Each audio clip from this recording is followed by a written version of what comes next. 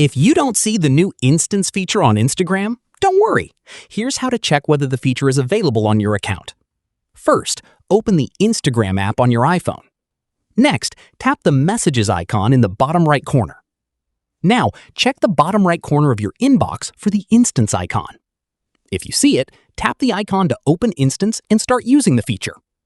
If you don't see the Instance icon, first open the App Store and check for an Instagram update. If an update is available, tap Update, then open Instagram again. Next, go back to Instagram and check your inbox again. If Instance is still missing, the feature may not have been enabled for your account yet. Instagram can roll out new features gradually, so there may not be a setting you can turn on manually. You can also try closing Instagram completely and reopening it, or restarting your iPhone. If the feature still doesn't appear, you'll need to wait until Instagram enables it for your account. And that's it. These are the steps you can try when the Instagram Instance feature is missing.